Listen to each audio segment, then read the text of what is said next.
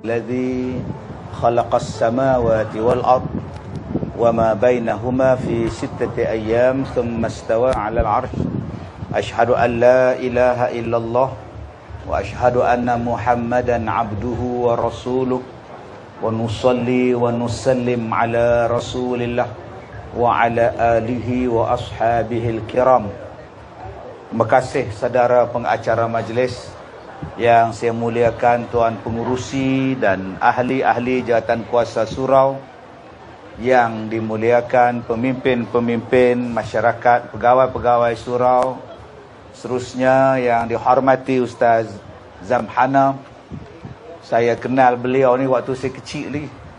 Mak saya, abang saya duk belajar taranum dengan beliau, duk dengar nama aja Zamhana. Hari ni dapat jumpa, alhamdulillah. Pada semua muslimin dan muslimat, mudah-mudahan dirahmati, diberkati oleh Allah Subhanahu wa taala. Saya nak cakap jauh tak pandai. Kalau surah Banjar bisa aja. Tapi sini tak ada orang Banjar. Tak boleh. Ada juga. Oh, ada. Kulaan ni reng, napaan takureng lah. Entah. Baik, tuan-tuan yang saya hormati, Allah Ta'ala sebut di dalam Al-Quran, وَلَنَبْلُوَنَّكُمْ بِشَيْءٍ minal khawfi wal jum' wa naqsim minal amwal wal anfusi was samarat wa basyiris sabirin. Sadaqallahul azim. Dalam kehidupan kita ini Allah Ta'ala akan uji. Wala nabluwannakum bisyai'im minal khawf. Mesti Allah Ta'ala uji. Saya gunakan perkataan mesti sebab banyak ayat di dalam Al-Quran menjelaskan bahawa ujian akan sampai. Ujian akan sampai. Ujian apa, Ustaz? Setiap orang ada ujian dia. Yang pertama, minal khawf, ujian ketakutan. Wal ju', ujian kelaparan. Wa naqsim minal amwal, pengurangan harta. Ujian harta tak ada, harta makin kurang. Wal anfus, ujian kematian. Minas samarat, dan ujian hilangnya makanan, buah-buahan, tidak ada makanan dan sebagainya. Dan Allah tutup ayat itu dengan kata-kata Allah, wa basyiris sabirin, dan berilah khabar gembira kepada orang-orang yang sabar. Tuan-tuan yang saya hormati, kalau kita dengar khutbah tengah hari tadi, petang tadi, Jumaat, khatib dia sebut tentang fasabrun jamil. Kata-kata daripada Nabi Yaqub bila dia diuji, anak dia hilang. Abang-abang anak dia Nabi Yusuf dibuang Nabi Yusuf dalam telaga. Kemudian balik khabar dekat ayah dia Nabi Yaqub bahawa adik dia Nabi Yusuf dah dimakan dek serigala. Kemudian ditunjuk pula darah palsu pada baju Nabi Yusuf. Oh, kecewalah seorang bapa, anak dia hilang. Nak cari tak tahu di mana. Tapi dia sebut dengan satu perkataan yang kita senang pegang sekarang. Fasabrun jamil. Sabar itu cantik. Sabarlah. Sabarlah. Sabarlah. Sebab itu tuan-tuan yang saya muliakan, bila kita ada ujian, sabarlah. Malam ni pun ramai ada orang ujian, Tuan Haji. Tengok akak-akak kita tu, tak ada pula kerusi. Tu ujian untuk dia orang, tuan. Dirilah tepi jalan tu. Jadi akak-akak yang mana berdiri ni, mai duduk depan ni, Kak. Ya, insya-Allah jawatan kuasa akan sediakan tika nanti. Tika ada, plastik ada, mai duduk bersila sini. Adik-adik kita dah ambil dah ni. Ini kelas ekonomi ke, ini kelas business kelas ni, tuan-tuan. Awal duduk ni, insya-Allah. Jadi akak-akak yang duduk berdiri lama, saya nak habis ceramah ni pukul 12. Oh, lama gila. Gila pun tak lama macam ni, insya-Allah, tuan. Jadi kita minta pada AJK petugas, sediakanlah tika ke, plastik ke, kapet yang tak pakai sejadah ke, tak di sini, insya-Allah. Mudah-mudahan akak-akak kita yang berdiri tadi boleh duduk dengan selesanya. Baik, tuan-tuan yang saya hormati, maka tajuk kita pada malam ini ialah 5 perkara sebelum 5 perkara. Yang pertama, Sehat sebelum sakit. Yang kedua, muda sebelum tua. Yang ketiga, kaya sebelum miskin. Lapang sebelum sempit. Dan hidup sebelum mati. 5 benda ni tuan-tuan.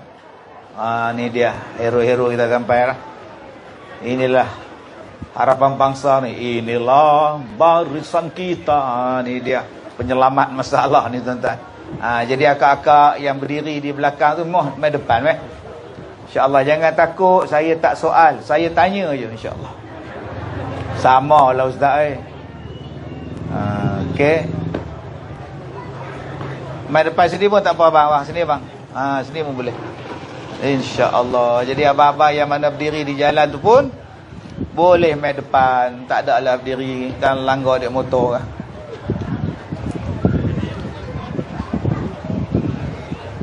Kipas angin tak apa, tak bau. Dia tak bunyi dia punya ni. Bunyi.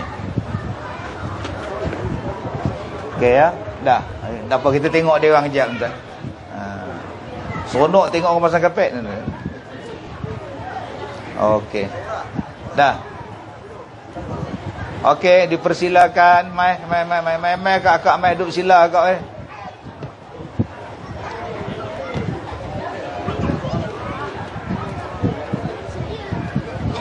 17 di mana Ustaz Zamana? Di Padang Tembak mana? 17 bulan ni, insya-Allah. Baik.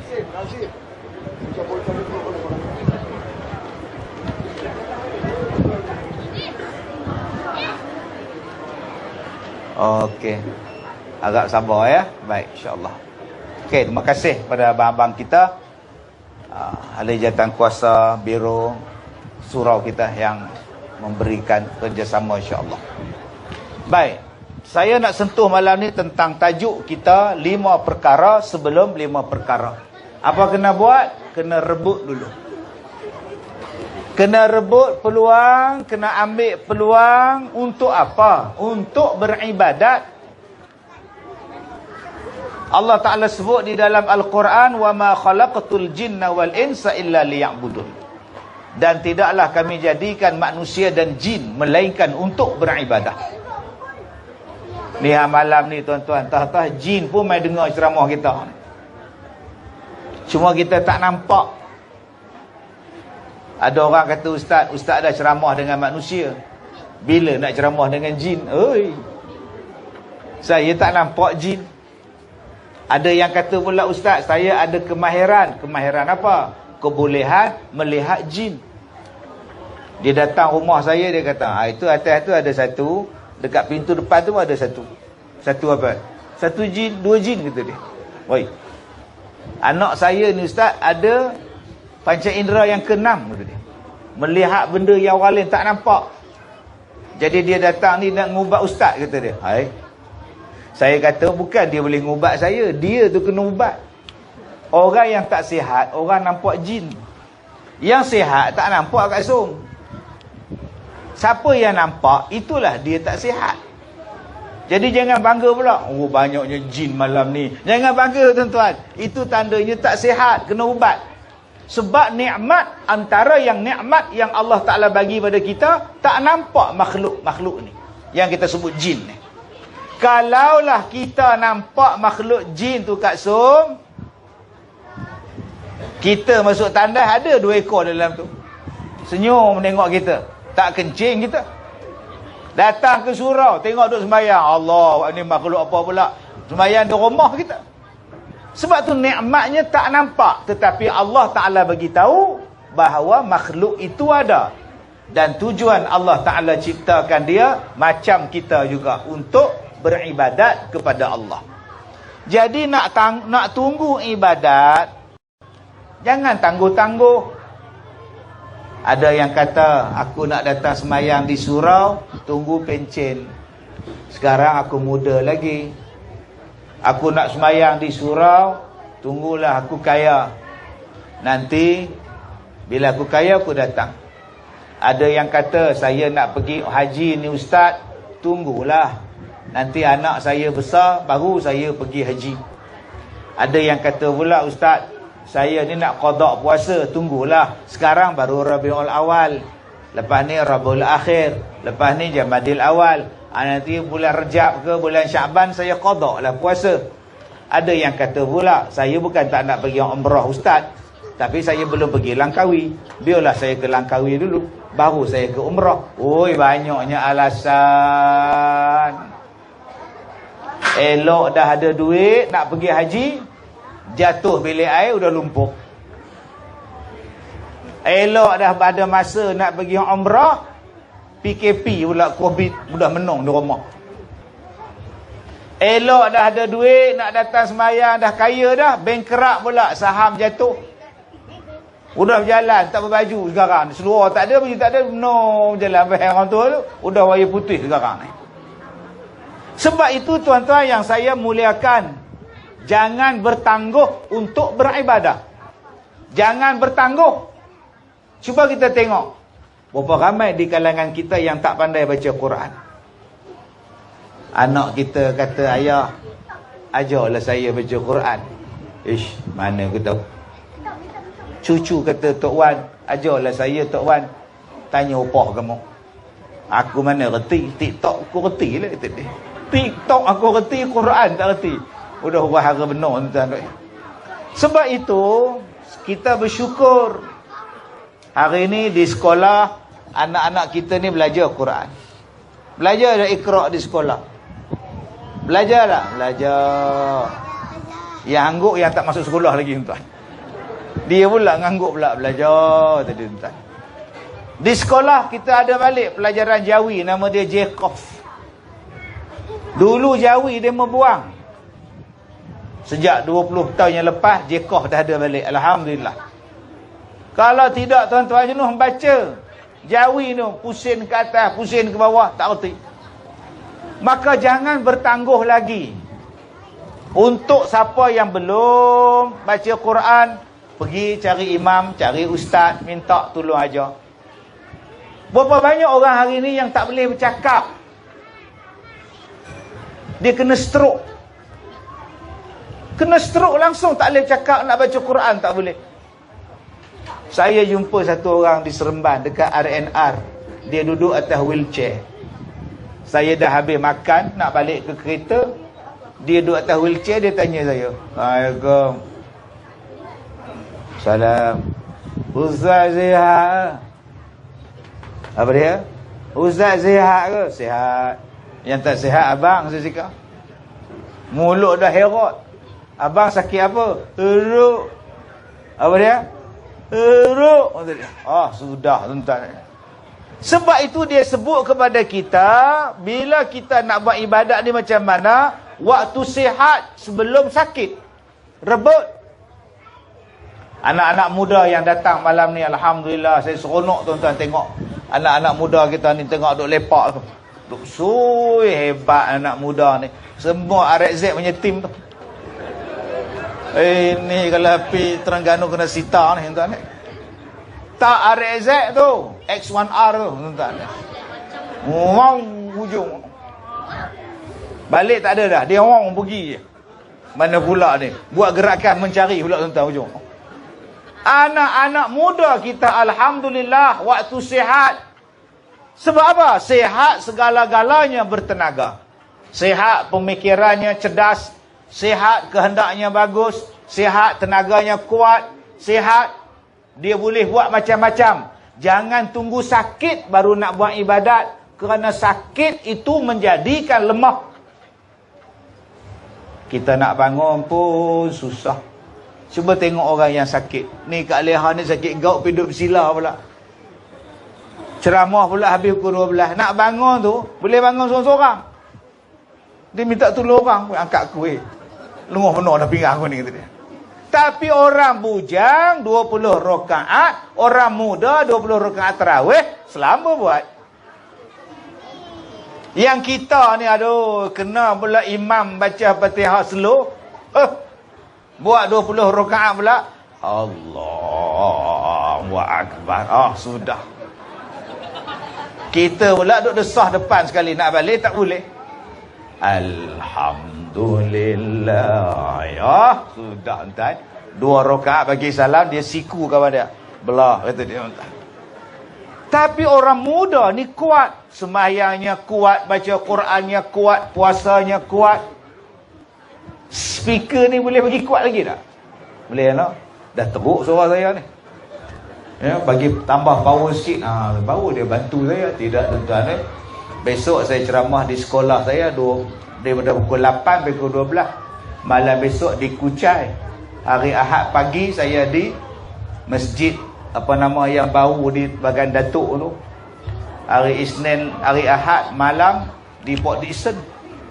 Saya cerita jadual saya. Malam ni saya dengan tuan-tuan. Pagi besok pukul 8 sampai pukul 12 di sekolah saya. Besok ada 15 buah bas melawat sekolah saya.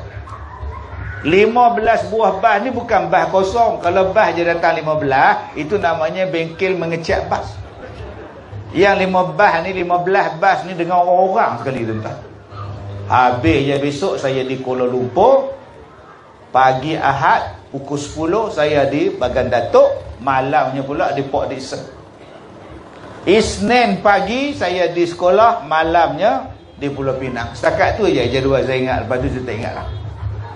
Ustaz boleh buat ustaz? Alhamdulillah. Waktu sihat boleh lagi ceramah. Waktu sihat boleh lagi mengajar. Waktu sihat boleh lagi. Tapi hari tu saya diuji dengan sakit. Allah, tuan-tuan, nak ceramah pun susah. Waktu saya ceramah tu darah meleleh keluar. Waktu saya duduk mengajar tu, asal nak masuk TV je, perut saya jadi buncit. Asal nak masuk television live saja, darah keluar. Ambil bedak sejuk tampal, ambil ubat tampal, ambil krim tampal. Lah sekali malas nak tampal, ambil topeng mesin rumput pakai. Itu yang keluar dalam Facebook saya tu, Mark of Zorro. Ustaz Kazim ni mengada-ngada ke apa? Habis tu keluar darah. Nak semayang keluar darah di tangan, macam orang toreh dengan pisau. Macam-macam ujian. Sebab itu sekarang kita bersyukur, waktu ni kita sihat. Jom kita buat ibadat. Sebab bila dah sakit nak bangun semayang malam tak boleh. Okey, tuan-tuan yang dah dengar bunyi guru-guru tu bukan nak hujan. Angin belakang saya. Minta pada abang ni ubahlah sikit abang pengurusi abang. Ubahlah abang. Udah dengar guru-guru. Kita tala kat anak-anak ni, bagi dia sejuk dia. Demo yang ceramah pun. Pusing sikit. Tu dia, tuan-tuan. Jadi yang sejuknya sejadah ni, tuan-tuan. Nampak goyang-goyang, tuan-tuan ni. Okey, kita boleh start balik, tuan-tuan. Baik, jadi saya tengok malam ni anak-anak muda kita hebat. Sebab dia kata rebuklah sihat sebelum datangnya sakit. Alhamdulillah, adik-adik muda, jaga tenaga elok-elok. Jangan habiskan tenaga kita pada benda yang tak berfaedah. Saya pergi ke hospital sebelum Covid. Memang waktu sebelum Covid, saya ada tim saya. Kami ni panggil sukarelawan. Naik tingkat hospital, yang mana sakit, kami tanya. Kau nak sembahyang tak? Kalau ni kami nak ambil wuduk. Ada jemaah wanita saya akan ambilkan wuduk, ajar dia sembahyang cara orang sakit. Kalau dia laki-laki, tanya, anak datang tak? Tak. Dah mandi belum? Belum. Kami ambil kain tuala, kami rendam, lap badan pakcik tu. Ada satu pakcik tu, dia kata anak dia 3 hari dah tak datang. Dia pun tak mandi 3 hari. Kesian, tuan-tuan. Saya pergi ambil baldi, pergi perah timba, lap badan dia. Nangis orang tua tu. 2 hari lepas saya lap, dah mati, tuan-tuan. Oh, sedih, tuan-tuan. Anak-anak tak peduli pada bapak. Apa jenis anak tak tahu, tuan-tuan. Bila saya tahu dia mati tu, saya rasa Alhamdulillah lah, sempat juga saya berbakti walaupun saya tak kenal orang tua tu. Kalaulah saya tak pedulikan pakcik tu, saya tak mandi, saya tak lap muka dia, saya tak lap rambut dia, 2 hari lepas tu dia mati, mesti saya menyesal. Kenapa aku tak lap? Kenapa aku tak mandikan dia? Sebab tu, tuan-tuan, jangan biarkan satu peluang pahala yang sedang dapat pada kita, kita biarkan pahala itu berlalu. Menyesal kita. Jangan kita lantaklah. Kadang-kadang isteri, suami kata, lehawoi, buatlah dekat abang bubur kacang, durian tu ada, kamu campur dengan durian. Mengenang ada orang tua ni lah, nak bubur kacang lah, durian lah, apalah.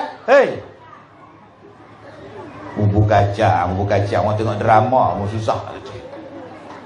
Petang tu dia pergi ke surau maghrib, nak balik sembahyang, langgar adik motor mati.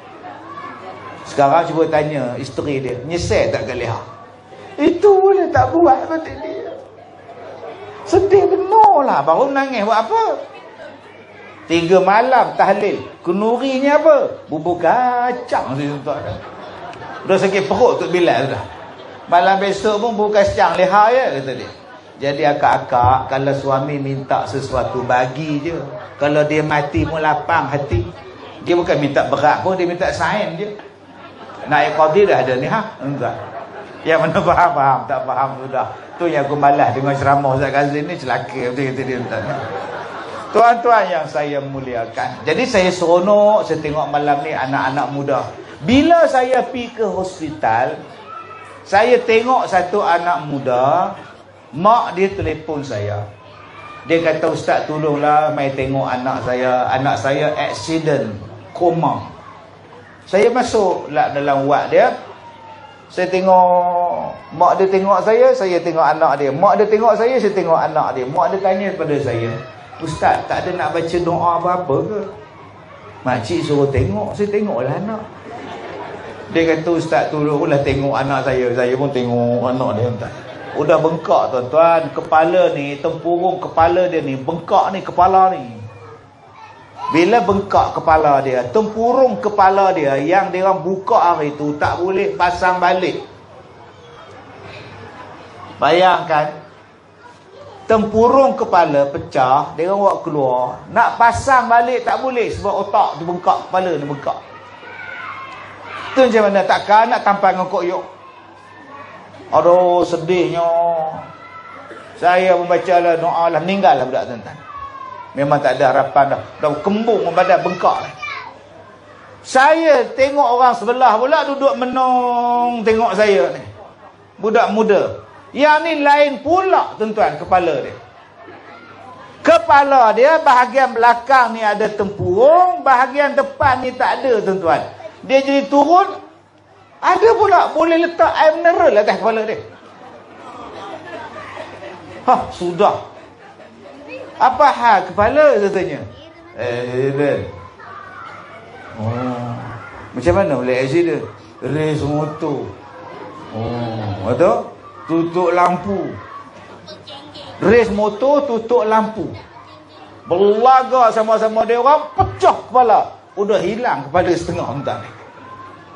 Allahu Akbar. Sayang adik-adik. Dah kepala hilang sebelah tu, nak pergi minang anak orang susah hati. Apa hal rajin pakai kepiah ni? Buka-buka kepiah tak ada kepala, letak balik entah. Sebab tu adik-adik, jaga-jaga. Waktu muda bukan dihabiskan dengan enjoy. Waktu muda bukan dihabiskan pada benda yang tak berfaedah. Dibelasahnya syabu, dibelasahnya ekstasi, dibelasahnya dadah. Bila mai sakit, bila mai ketagih, sampai pada satu tahap tak tahu macam mana nak tolong. Bayangkan tuan-tuan, anak-anak besar ni, saya pergi buat motivasi, cikgu besar panggil saya dalam satu bilik. Dia kata, Ustaz tolong nasihat pada anak-anak ni. Dalam 10 orang, budak dah 6. Saya tanya kenapa ni? Yang ni Ustaz hidup gam. Loh. Saya pun nyimbang dengan dia. Gam beli di mana? Kongsi dengan bapa. Astagfirullahalazim. Apa yang penting kerja sama dengan bapa dia tuan-tuan. Hidup gam. Apa kerja dah bapa ni tuan-tuan? Saya pun suruh dia buka nganga. Saya nak tengok langit-langit. Udah nak berlubang langit-langit ni tuan-tuan. Orang yang hidung gam ni tuan-tuan, berlekuk dekat tepi ni. Dekat hidung kiri kanan ni berlubang, berlekuk dah. Dia duduk tarik gam jak senapang. Tak pun gam jak damlok. Lepas seduk udah ke bulan pergi dia. Oh, adik-adik, sayanglah masa depan kita buat benda yang tak faedah. Ada anak dara pula datang jumpa saya pula. Ustaz, ni anak saya. Masalah, dia ni mimpi ada rimau, ada naga. Tiap-tiap malam rimau kerja, naga kerja dia. Ustaz tolonglah ubatkan Ustaz. Dia tak boleh nak tidur Ustaz. Naga rimau, rimau naga. Saya tanya dekat dia, ini bukan saka. Kak, ni bukan saka kak. Ada tak benda-benda tak elok yang anak kak ni buat? Dia kata ada Ustaz. Anak perempuan dia pasang tatu, belah kanan ni naga, belah kiri ni rimau. Perempuan, anak dara, pasang tatu di belakang, ada gambar rimau, ada gambar naga. Saya tanya dekat dia, hang pasang tatu di mana? Dekat Talin Jaya, kedai Cahaya Nur Alif. Budak Melayu kita pergi buka baju, bagi orang kafir pegang. Duk cacah badan dia lukis rimau. Allah, tuan-tuan, apa nak jadi? Sebab tu kita mak bapak kena jaga sungguh. Qu anfusakum wa ahlikum nara. Cabaran terlalu kuat sekarang. Cabaran untuk nak bagi anak kita ni baik terlalu kuat. Sebab orang di luar sana berusaha bersungguh-sungguh nak menjadikan anak-anak kita ni lari daripada agama. Mereka tak kenalkan dengan Nabi. Kita dah buat elok-elok ceramah maulid Nabi. Mereka kata bid'ah. Jangan pergi majlis maulid, bid'ah, kata dia. Habis tu nak pergi mana? Konsert tak apa. Pakat pergi konsert menyanyi. Janda yang mana, janda yang mana. Kuda yang mana, kuda yang mana. Yang tu tak bid'ah pula. Yang Ustaz Azam Hana buat lagu selawat tadi, itu bid'ah. Pasal apa berdiri? Lah. Dia marah bila kita selawat berdiri, dia marah. Berselawat berdiri itu adab menghormati selawat ke atas Nabi sallallahu alaihi wasallam.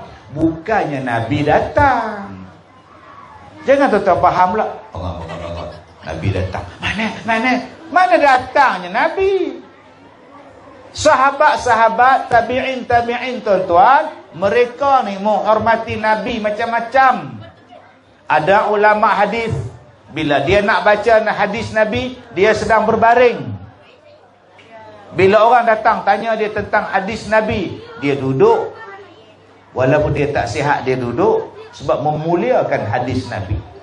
Ada sahabat Nabi tuan-tuan, ada ulama hadis, bila dia nak baca hadis Nabi, dia ambil wuduk walaupun bukan Quran. Dia nak baca tu pun dia ambil wuduk. Pasal apa? Menghormati hadis Nabi, menghormati Nabi sallallahu alaihi wasallam.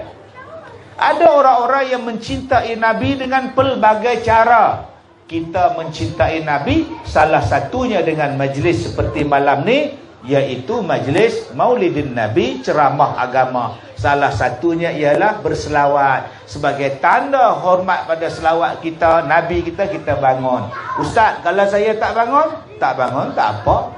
Berdosa tak? Tak berdosa. Kalau saya bangun dapat pahala tak? Tak ada pahala. Pahala duduk lah. Pasal tanda hormat, silakan. Nak duduk boleh, nak berdiri pun boleh. Janganlah hanya kerana berdiri masa selawat hang belasah bid'ah pula. Dengan selawat, dengan lagu-lagu qasidah itulah tarik anak-anak ni tuan-tuan. Kalau kita tak buat majlis macam ni, dia orang lari tempat lain. Sebab di sana lagi seronok. Di pasar raya lagi seronok. Di panggung wayang lagi seronok. Shopping mall lagi seronok. Di sana ada konsert, sini ada konsert. TikTok lagi seronok.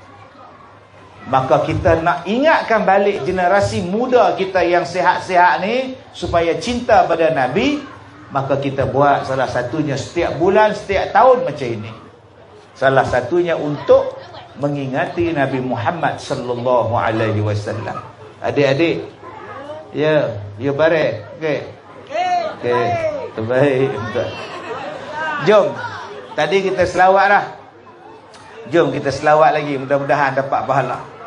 Mari berselawat ke atas Nabi, berselawat ke atas Rasul. Mari berselawat ke atas Nabi, berselawat ke atas Rasul. 1, 2 mula. Sallallahu ala Muhammad, sallallahu alaihi wasallam, sallallahu ala Muhammad, sallallahu alaihi wasallam.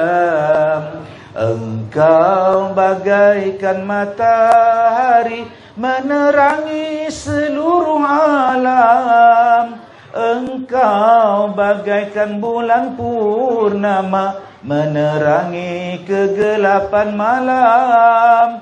Engkau bagaikan bulan purnama menerangi kegelapan malam. Sallallahu ala Muhammad, sallallahu alaihi wasallam, sallallahu ala Muhammad ya Rasulullah. Jadi waktu sihat kita rebut. Adik-adik, anak-anak muda, waktu tengah sihat ni mai sembahyang. Besok sakit tak laratlah. Jadi macam mana kita nak buat kepada anak-anak muda, jatan kuasa surau, jatan kuasa masjid, macam mana kita nak buat? Tuan-tuan yang saya muliakan, kadang-kadang orang-orang sihat ni tak mau datang masjid. Pasal apa? Kadang-kadang jawatan kuasa surau, jawatan kuasa masjid garang. Tengok budak-budak ni datang, orang Jepun banyak ni. Duk ai lari terus tadi. Ni nak baju biru lari hebat tuan. Baru saya hide sikit ke dia tuan. Dia balik terus hebat tu. Dia nak pergi toilet tuan. Kadang-kadang budak-budak tu baru main berlari sikit dalam masjid kapet. Bangun tu siap. Nak main balik. Budak tak datang. Ada pula tuan-tuan tengah-tengah semayang. Biasalah budak-budak macam ni. Orang semayang dia bersiku, orang semayang dia tolak bisin. Habis salam je, tok siap mana yang tadi? Dia bagi. Begini balik rumah tuan. Malam besok kena penampar lagi sekali. Begini pula. Malam ketiga dibakar je surau ni tuan. Nombor 1, kita sebagai ahli surau, kita sebagai ahli masjid. Ya. Baik. Rasa macam kenal. Baik. Kita sebagai ahli masjid, kita sebagai ahli surau, nombor 1 kena mesra alam. Bila kita semua mesra alam dengan orang lain, orang suka. Janganlah sombong, muka kelat. Hang ni makan masam apa? Hang ni makan buah pelam masam ke? Hang ni apa? Kalau boleh daripada imam maneh muka, pengurusi maneh muka, ahli jemaah maneh muka. Saya singgah semayang satu masjid. Saya sampai 3 orang duduk atas kursi batu tepi masjid. Saya bagi salam. Assalamualaikum. Buat bodoh je. Bayangkan tuan-tuan, senyum tidak, jawab pun tidak, buat bodoh je. Kalau tak kata tak kenal saya dalam Malaysia ni, kalau tak kenal Ustaz Kazim ni, kira beruk je tak kenal tuan. Orang bukan Islam kenal. Tuan-tuan tengok hari ni dalam Facebook saya, dalam TikTok saya ambil gambar dengan satu keluarga yang bukan Islam yang datang jumpa saya. Cina semua. Nyonya-nyonya dengan lelaki dia. Kita minat sama awak. Ya. Kita selalu dengar ceramah awak. Jadi kita mau ambil gambar tunjuk sama anak-anak. Mailah nyawa. Begini nyawa tu buat kat belakang saya. Yang nyonya hatta Islam mengenai saya. Mai orang masjid tengok, takkan tak kenal aku. Dia ni parti apa? Habis-habis kot kita tanya parti apa? Kalau dengan saya pun mereka tak senyum, bayangkan dengan anak-anak muda ni. Lagi tak senyum gambarnya. Kemudian kita pun mengadu, surau kita tak ada orang, masjid kita tak ada orang, nak ada orang pun hamasam muka. Yang kedua, tuan-tuan, bagi makan orang, wa at'imut ta'am. Malam ni ada makan tak? Ada awal Abang Haji kita sebut, ada. Tak ada tanya habis. Ni dia tuan-tuan. Dengan adanya makan itu mendatangkan kasih sayang. Saya besok orang melawat sekolah saya bagi minum air free. Bagi makan tuan-tuan. Bila bagi makan, bagi minum, bagi macam-macam, tiap hari Sabtu dan Ahad tak kurang 15 bas datang. Hari Ahad 17 bas, hari besok ada 15 bas. Begitulah tiap-tiap minggu sejak bertahun-tahun yang lepas. Seminggu hari Sabtu Ahad ada dalam 2,000 orang datang melawat. Sebulan ada 8,000 tuan-tuan. Adakah saya susah dengan bagi makan orang? Adakah saya jadi miskin sebab saya menjamu orang? Tak jadi miskin tuan-tuan. Alhamdulillah. Sebab Nabi kata, ma naqasat sadaqatun min mal. Tidak akan berkurang harta sesiapa yang bersedekah. Maka dengan adanya kita buat jamuan di surau, jamuan di masjid, letak saja makanan di surau. Ada yang masjid sekarang dia letak gerobok makanan, beras, gula, kopi, roti, biskut, semua letak. Dia kata siapa yang rasa lapar datanglah ambil. Yang tak lapar pun ambil tuan-tuan. Satu bonet dia balik ke rumah. Tu nama dia mencuri. Dengan sebab adanya perasaan kasih sayang ni tuan-tuan, dia datangnya semangat untuk beribadat di dalam rumah Allah ini. Jadi tuan-tuan yang saya muliakan, jom insya-Allah waktu sihat kita rebut. Adik-adik tengah sihat macam ini, rebut peluang. Nanti nak hafal Quran susah dah. Saya mula menghafaz Quran umur saya 20 tahun. Tua bangka. Adik-adik ni kalau umur 13, 7 tahun hafal Quran, cerdas, tengah sihat. Saya mula menghafaz umur saya 20 tahun. 2 minggu masuk saya demam. 3-4 hari tak pergi kelas. Bila tak pergi, ustaz saya mai masuk asrama. Dia tanya kenapa? Demam ustaz. Dosa banyak lah. Tu yang demam. Dosa banyak. Dah tu tua-tua bangka baru nak hafal. Dosa dah banyak dalam hati tu. Bila cahaya Quran nak masuk dalam dada, belaga tu hang demam. Dia bukan nak kata nak bagi semangat ke, cek makan ubat tau. Tak ada paksa tuan-tuan. Mai satu lagi ustaz pula, lagi garang pula. Ustaz Abdul Rahman bin Osman. Lagi garang tuan-tuan. Bangun. Pergi baca Quran. Yang kita demam, dia suruh baca Quran. Pasal apa? Pasal dia kata Al-Quran tu ubat. Kalau hang baca, hang sihat. Berapa ramai yang bila sakit tak baca Quran? Sepatutnya bila sakit lagi banyak baca Quran. Betul juga. Bukankah Allah Ta'ala sebut dalam Quran, wa nunazzilu minal Quran ma huwa shifa wa rahmah. Diturunkan Al-Quran itu tidaklah lain melainkan menjadi ubat dan rahmat. Jadi tuan-tuan yang saya hormati, kalau tuan-tuan di sini diuji dengan sakit, tak kira muda lah, tak kira tua lah, salah seorang yang diuji dengan sakit tu siapa? Ni hak depan tuan-tuan ni lah. Jangan sedih bila dilanda dengan sakit. 2, ingat Allah nak hapuskan dosa. Ingat Allah nak naikkan darjat. Ingat dengan sakit ni Allah nak naikkan kepada kita kedudukan yang baik. Sebab bila kita sakit, perkataan yang paling banyak kita sebut ialah Allah. Sihat tak sebut Allah, sakit baru Allah. Nak duduk atas kursi ni pun Allah. Oh. Daripada katil nak naik wheelchair. Cuba tengok orang sakit. Bang, naik wheelchair bang, kita nak ke hospital. Allah. Allah. Allah. Awak banyaknya Allah. Kalau sihat tobat lahum, tak sebut Allah. Dengan sebab sakit tu Allah. Nak naik van tu pula. Allah. Isteri kata, "Boy, panjang Allah ha? Allah. Lagi panjang Allah." Waktu sihat haram disebut Allah. Jadi jangan takut bila sakit. Allah Ta'ala nak hapuskan dosa. Jadi tuan-tuan, orang tanya saya, "Ustaz, bila Ustaz sakit,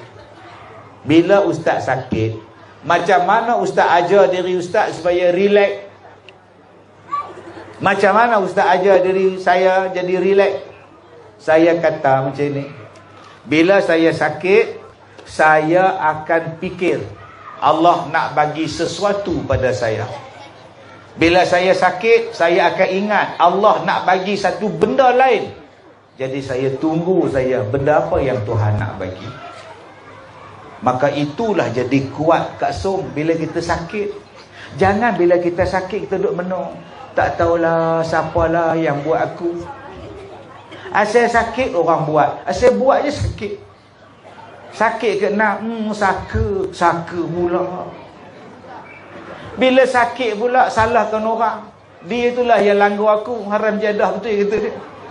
Ada je tak kena. Bila sakit salahkan buah dokong pula. Buah dokong salah. Yang makan buat apa? Sakit urat ke kat nak?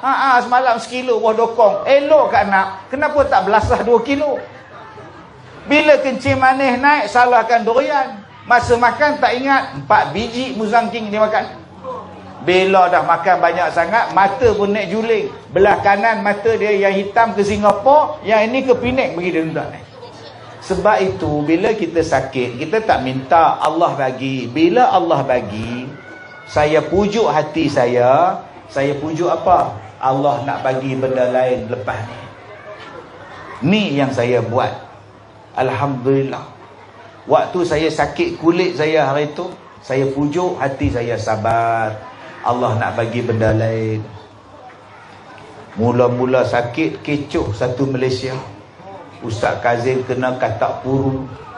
Penyakit katak puru, tak boleh berjalan. Kulit jadi katak. La ilaha illallah. Saya buat bodoh. Lepas tu tuan-tuan, Siti Nurhaliza hantar dekat saya wheelchair. Dapat 3 wheelchair. Yang elektrik, yang bateri semuanya ada. Jadi akak-akak kalau nak wheelchair free, minta sakit kulit. Yang mana faham-faham, tak faham sudah tuan-tuan. Saya dapat apa tuan-tuan? Saya dapat Abid Liu bagi kat saya ni 13 Pro tuan-tuan, handphone free. Ni hak Abid Liu bagi. Jadi abang-abang kalau rasa nak handphone free, buat sakit insya-Allah. Yang paling hebat saya dapat tuan-tuan, alhamdulillah, bila dah 6 bulan sakit, datang pengarah filem. Dia kata pada saya, "Ustaz, kami nak buat filem tentang Ustaz." Boleh ha? Saya tengah tak sihat dia, tak apa. Ustaz tulis skrip. Boleh ha? Saya pun draw bagi kat dia, semua dah mesyuarat, dah bincang semua. Depa tanya saya pula, Ustaz boleh berlakon tak? Saya dah tua, nak berlakon apa? Laglah hero depan kita ni, hero remaja depan ni. Saya kata saya dah tua, nak berlakon apa? Carilah pelakon yang ada iras-iras muka saya, bawa watak ni. Dia tanya pula saya, pelakon di Malaysia yang iras-iras muka Ustaz siapa dia? Saya kata Zul Arifin. Pengarah tu tengok, dia ni 3 suku ke apa tuan? Lah tuan-tuan, saya jadi pelakon, bulan 9 ni keluar insya-Allah. Dubbing semua settle lah. Nanti pergi Teluk Intan tengok wayang dengan Tok Imam pergi rombongan sekali. Ustaz Zaman mana pun pergi kepala selawat dalam pengawayang tuan. Mana ada ustaz jadi hero filem tuan? Hero utama pula, pelakon utama. Alhamdulillah. Bila saya sakit tu tuan-tuan, dia orang cakap saya sakit katak puru. Isteri saya duduk di rumah, dia bancuh dekat saya kopi. Dia kata, abang minum kopi. Saya kata, mama, abang ni mana boleh minum kopi? Sekali naik kencing manis tak pasal. Saya pun mula terfikir, kenapa aku tak rawat supaya aku boleh minum kopi ni, aku campur dengan peria katak. Dari mana yang saya dapat idea peria katak tu? Daripada katak puru. Lah, peria katak bagus untuk kencing manis, peria katak bagus untuk merawat penyakit kulit. Campur dengan susu, campur dengan Arabica, Robusta, buat. Saya pun telefon kawan saya satu, syarikat yang buat barang-barang produk kesihatan ni. Saya kata, bos, kamu buat campuran yang ni, buat yang ni, buat yang ni. Dia masuk makmal di sebuah universiti, buat kajian tentang peria katak dengan susu. Akhirnya siap. Dia kata, ustaz, sila minum. Dah siap. Saya pun minum, tuan-tuan. Pening. Pening. Tak boleh. Muntah lagi, mati orang lagi pun. Buang susu lembu, cuba ganti susu kambing. Bila ganti susu kambing, elok tuan-tuan, kencing manis daripada 16 turun 5. Akhirnya terbitlah satu kopi, nama dia kopi Al-Kazim. Sepanjang lebuh raya tu, muka saya sekarang ni tuan-tuan. Saya duduk naik kereta, saya tengok gambar kat highway ni. Asal macam aku kenal dia ni. Gambar kita lah. Allah, sekarang kopi Al-Kazim ni tuan-tuan jadi viral. Puncanya apa? Sakit kulit yang saya kena. Allah bagi benda tu. Sebab tu kita ni bila sakit, kena pandang baik dengan Allah. Allah nak bagi apa kita tak tahu. Banyak orang yang sakit, dia sakit di hospital. Dia bertemu jodoh di hospital dengan nurse. Mak masuk hospital, mak kata dekat nurse, Cik dah kahwin belum? Belum makcik. Makcik berkenan kat cik, boleh jadi menantu makcik lah. Akhirnya kahwin dengan anak pesakit. Dengan sebab makcik tu sakit, menantu dia sekarang nurse. Nama dia Jamilah. Ya Jamilah. Sekarang nurse tuan. La ilaha illallah. Sebab tu ada hikmah. Jadi nombor satu, kalau sihat syukur, kalau sakit syukur. Cuma saya pesan, waktu sihat ni tengah melompat kuat, adik-adik pergilah belajar. Adik-adik, anak-anak muda tengah-tengah sihat ni pergi belajar sembelih lembu, sembelih ayam, sembelih kambing. Ini yang tukang sembelih kadang-kadang seorang dia dalam kampung, dah lah umur 70, tangan pula Parkinson. Dia kata pegang golok nak sembelih lembu. Lembu pun nak risau. Aku ni mati kedak ni, lembu pun risau. Adik-adik, belajar dengan Tok Imam, belajar dengan Ustaz Zamhana macam mana sembelih lembu. Bukan sembelih kucing. Jangan tengok dia pula tuan. Ni Hoyin, main mana pula ada Hoyin ni. Ya Allah, dia pula dengar ceramah lah. Adik-adik, waktu tengah sihat, pergi belajar mandi mayat. Tubuhkan kumpulan mandi mayat, geng mandi mayat, GMM. Pakai jersey nombor 7, GMN, geng mandi mayat Ronaldo. Kalau ada budak-budak race motor dalam kampung kita, geng mandi mayat duduk depan dia. Semua pakai jersey, geng mandi mayat. Tak ada siapa berani race motor. Janganlah kita faham bila mandi mayat, nanti mayat datang ustaz. Nanti mayat datang, dia jadi badi mayat. Mana ada mendengar-dengar kau? Saya tak berani ustaz. Sebab tu kalau kita mandi mayat, yang tukang mandi sunat mandi selepas dia mandikan mayat. Sunat. Orang yang mandi mayat, selepas dia mandikan mayat, sunat dia mandikan mayat. Orang yang tolong dia, orang yang ziarah dia, sunat pada dia ambil wuduk. InsyaAllah tak ada badi-badi lah. Jangan takut dek. Mandi mayat lah yang paling senang sekali. Yang mandi susah siapa dia? Tu mandi anak-anak kita dalam surau.